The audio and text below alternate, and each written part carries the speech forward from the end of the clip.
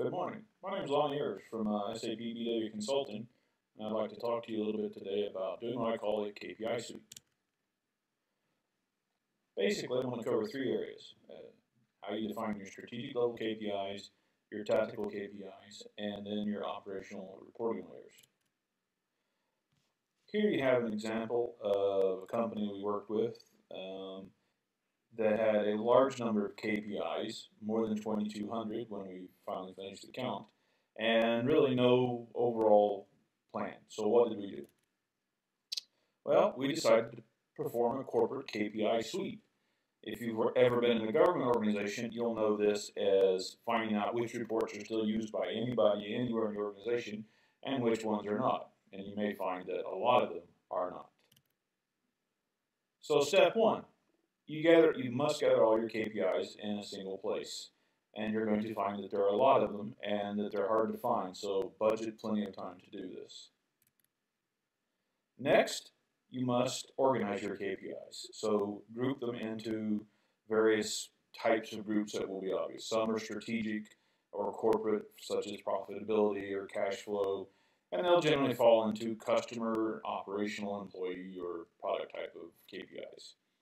Then you must break them down further, and these are strictly subjective measures, into tactical and operational KPIs. So for example, in the area of supplier relationship, we might look at how are my current suppliers rated and graded, how are their product integration efforts working with us, which customers are critical to us, and so on. For example, what's a functional KPI? And a whole bunch are going to be no longer needed. So, after we've organized and done our clean, now we need to place each KPI in its proper category.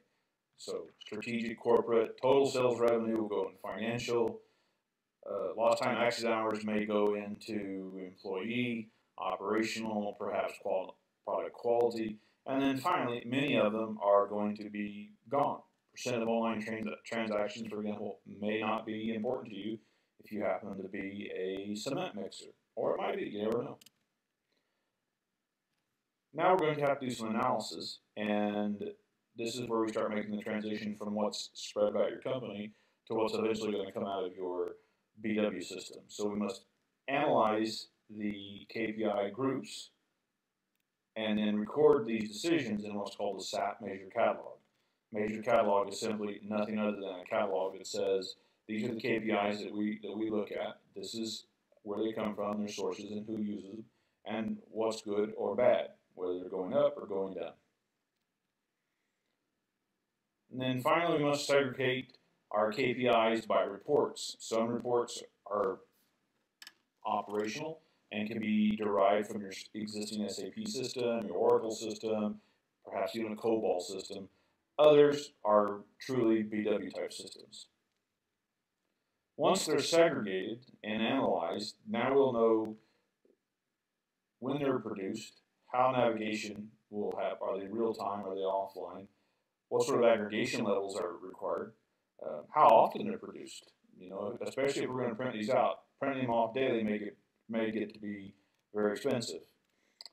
We're going to have to look at how big are they, and given the limitations of our system, and there's always limitations, which ones can work in a pre-calculated format. In other words, data that I don't need to get right now, the most up-to-date status, I can perhaps do it overnight or once a week.